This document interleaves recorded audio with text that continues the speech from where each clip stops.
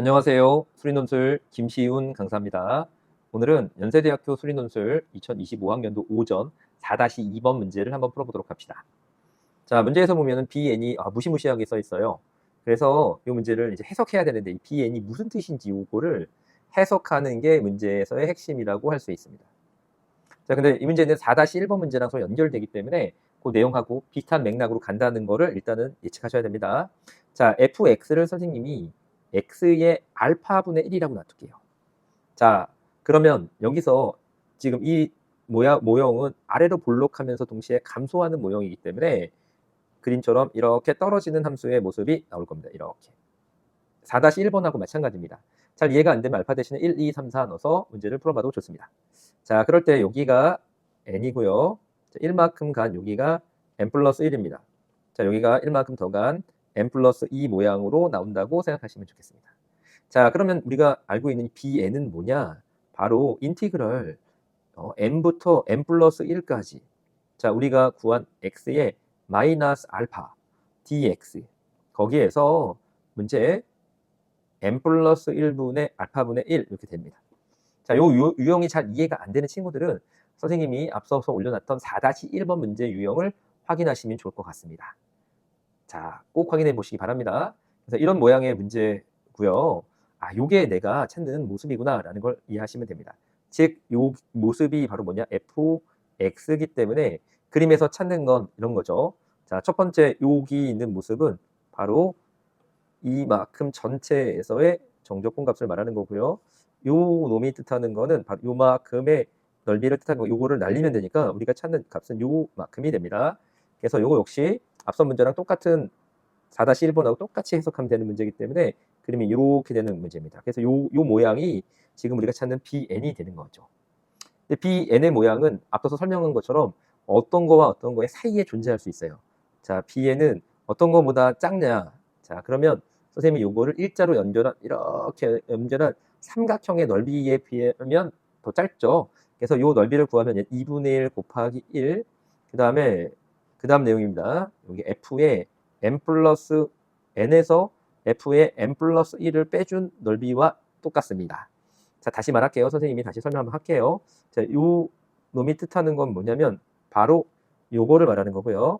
자, 요 놈이 뜻하는 거는 바로 여기 있는 걸 말하는 겁니다. 그리고 그래서 여기 있는 높이를 설명하는 거고요. 요 앞에 있는 요 1은 요 거리를 말하는 거기 때문에 2분의 1 해준 거니까 바로 저기 있는 삼각형의 넓이를 말하는 겁니다. 그거보다는 더 작죠. 그리고 자, 이제 마찬가지로 선생님이 이제 여기 있는 여기를 이렇게 일자로 해보고요. 이렇게 해서 여기 이렇게 일자로 연결한 삼각형의 넓이가 있습니다. 그거보다 더 크게 되어 있죠. 그래서 그거를 표현하면 2분의 1에 f의 n 플러스 1에서 f의 n 플러스 2를 빼주면 되는 겁니다. 요거보다는 bn이 더 크게 되어 있어요. 그래서 bn은 요거와 요거 사이에 존재하는구나 라는 거를 우리가 알 수 있고요. 요거를 실제로 대입해서 정리를 해보면 다음과 같이 정리를 할 수 있어요. 2분의 1의 자, 요 값은 n 플러스 1의 알파, 자, n 플러스 1의 n 플러스 2죠. n 플러스 2의 알파 분의 1 이렇게 설명할 수 있고요. bn이 사이에 있는 겁니다. 똑같이 2분의 1의 n분의 알파 마이너스 n 플러스 1 전체 알파 이렇게 쓸 수 있죠. 그러면 자, 요거를 이제 우리가 정리를 할 건데 자, 요 모양은 앞선 1번하고 아주 똑같은 패턴으로 계속 가고 있다는 거를 아마 인식하실 수 있을 거예요. 요거를 우리 통분해서 쓰면 정리하면 2의 n 플러스 1의 알파 제곱, n 플러스 2의 알파 제곱. 다시 여기가 n 플러스 2의 알파 제곱 마이너스 n 플러스 1의 알파 제곱이 되고요. 그거보다는 bn이 더 큰 거고요. 자, 다시 여기는 통분을 했던 2의 n의 알파승 n 플러스 1의 알파 제곱, 그 다음에 n 플러스 1의 알파 제곱 이렇게 우리가 정리할 수 있죠. 근데 문제를 봤더니 여기에 우리가 지금 bn을 구했는데 거기에 n의 p승이 곱해져 있기 때문에 선생님 여기다 곱하면 분모로 내려오면 마이너스 p 이렇게 쓸 수 있죠. 이렇게 쓸 수 있습니다. 근데 요거의 극한값이 l이 존재한다는 말은 무슨 말이냐? 요걸 해석하면 요 놈은 옆에 좌변이 분수꼴인 경우에는 분모와 분자의 최고차 항이 서로 차수가 똑같다는 얘기죠. 차수, 최고차의 차수가 똑같아야 된다는 얘기죠. 그러니까 다시 말하면 여기 나와 있는 우리는 분모의 최고차 항하고 차수, 항의 차수하고 계수를 우리가 한번 구해보면 되는데, 여기 2가 있죠. 이건 n의 R승, n의 R승. 그러니까 분모의 최고차 차수는 이미 정해져 있어요. 2의 n의 알파 더한 2알파 마이너스 p, 이렇게 구할 수 있다는 거죠. 뒤에 블라블라 더 있는 거죠. 자, 요거 역시 마찬가지로 똑같이 구해낼 수 있습니다. 차수가 똑같다는 거 확인할 수 있어요. 그래서 요것도 최고차의 분모의 최고차 항에 대해서 정리를 하면 똑같이 2n의 2알파 마이너스 p 이렇게 블라블라 이렇게 간다는 걸 우리가 알 수 있어요. 그러니까 이 문제를 푸는데 관건은 뭐냐면, 앞선 4-1번하고 다른 건 여기 나와 있는 내가 분자를 이 분자를 어떻게 처리할 거냐, 얘가 핵심이라는 겁니다. 그래서 우리는 여기에 주목해야 돼요. 요걸 어떻게 풀 거냐가 이제 관건입니다. 그래서 이 문제는 다시 선생님이 요 밑에다가 한번 조금 더 정리를 해서 쓰면, 자, 저것만 이제 정리하면 되죠. 그래서 선생님이 이제 다시 저기 나와 있는 박스 안에 있는 문제를 해결해 볼게요. 즉 n 플러스 2의 알파 합승에서 n 플러스 1의 요 알파 제곱승, 요거를 어떻게 처리할 거냐는 거죠. 요거. 자, 선생님이 참고로 말씀드리면 요 문제를 풀 때 우리는 두 가지로 풀면 됩니다. 자, 뭐냐면 첫 번째는 범위 설정. 자, n 플러스 1에서 n 플러스 2까지 연속이면서 개구간 n 플러스 1 다시 n 플러스 2에서 미분 가능한 함수 g에 선생님이 x가 존재한다고 할 때, 선생님 뭐 쓰려고 하는지 눈치 빠른 친구들은 금방 알죠? 선생님이 평균값의 정리 쓰려고 하는 거예요. 그 모양으로 정리할 수 있다는 거죠. 그러면 값이 이렇게 정리가 되겠네요. 자, 요거는 우리가 찾는 g의 n 플러스 2, 요거는 g의 n 플러스 1. 자, 우리 분모가 뭐였죠?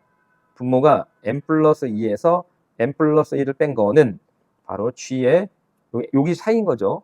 n 1하고 2 사이이기 때문에 n 플러스 어떤 c라는 포인트에서 미분한 거가 적어도 하나 이상 존재한다. 이게 바로 우리가 알고 있는 평균값의 정리잖아요. 그러니까 이런 관점에서 문제를 한번 바라보자는 거예요.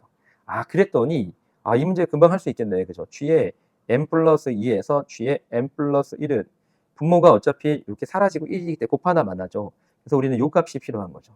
요 값은 선생님이 아까 전에 잡았던 모습 있죠? 요 놈을 선생님이 뭐라고 잡은 거냐면, 자, 지금 보는 것처럼 선생님이 x의 알파승 이렇게 잡은 모습에다 쓴 거잖아요. 그래서 요거를 미분을 해요. 그럼 이게 얼마냐? 알파의 x의 다시 알파 마이너스 1승 이런 모습이 된다는 거예요. 자, 다시 말할게요. 우린 여기다가 다시 요걸 집어넣어야 되니까 최종적으로 얘가 알파의 얼마냐면 n 플러스 c의 알파 마이너스 1승 이런 식의 모습을 갖춘다는 거죠. 드디어 내가 분자의 최고창도 찾아낼 수 있었던 거라는 모습이죠. 그러니까 이제 요거를 계산하면, 자, 요거는 이제 아까 선생님이 말했던 것처럼 분자의 똑같이 최고차 항에 대한 차수, 계수에 대한 정보를 얻을 수 있죠. 그게 뭐냐? 알파하고 n하고 n-1이 나온다는 거예요. 그래서 최고차는 알파에 n 다시 알파 마이너스 1 블라블라 이렇게 나간다는 거죠. 자, 그렇다고 하면은 선생님이 이제 공간이 조금 협소해서 밑에다 써볼게요. 이 두 개의 모습이 똑같아야 된다는 거죠. 그래서 일단은 선생님이 최고차 항의 차수가 똑같아야 되기 때문에 분모인 경우에는 n의 2알파 마이너스 p, 그 다음에 분자인 경우에 n의 알파 마이너스 1이 똑같아야 되기 때문에 2알파 마이너스 p이 알파 마이너스 1하고 똑같아야 된다는 거죠. 즉 우리가 구하는 값은 p를 구했더니 p가 얼마냐? 알파 플러스 1이 돼야 된다는 겁니다. 내가 구해냈네요. 드디어. 그죠? 두 번째는 뭐냐면 이제 최고차항의 계수를 한번 구해봐야 되는데, 최고차항 계수는 분모는 2가 있고요. 분자는 알파가 있으니까 얘는 2분의 알파가 되겠네요. 요 값이 결국에는 뭐가 되는 거냐? L이 되는 거죠. 그러니까 따라서 우리가 구하는 최종적인 정답이 이제 나왔어요.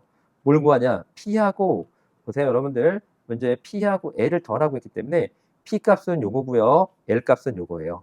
그래서 P 더하기 L은 최종적으로 얼마냐? 2분의 3알파 플러스 1이 우리가 구하는 최종 정답이 되겠네요. 자, 문제에서 평균값의 정리를 떠올리기가 조금 까다로웠는데 선생님하고 다시 한번 정리를 해볼게요. 자, 그래서 첫 번째 문제에서 먼저 여기 나와 있는 BN의 꼴이 지금 문제에서 이렇게 내려오는 정적분의 모습이다. 이렇게 모습이다라는 걸 확인하는 게 첫 번째 거고요. 그래서 그 문제가 요거와 요거 사이에 놓인다는 거 문제 1번하고 똑같고요. 문제는 뭐냐면 분모의 최고차항은 금방 내가 정보가 있는데 분자를 잘 모르겠다는 거야. 그래서 지금 선생님이 네모칸 친 거를 요 모양을 계산하기 위해서 선생님이 평균값의 정리에 범위하고 함수를 지정했고요. 그래서 요 모양이 된다는 걸 확인했죠.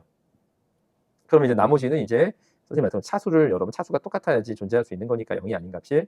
그래서 차수 똑같다는 거 비교하면 되고 계수는 분모는 2였고요. 분자는 여기에 알파였기 때문에 이 값을 구해내면 되죠. 자, 조금 까다로운 문제였지만 여러분들께서 분석적으로 본다고 하면 충분히 할 수 있는 문제라고 생각합니다. 이상 김시훈이었습니다. 감사합니다.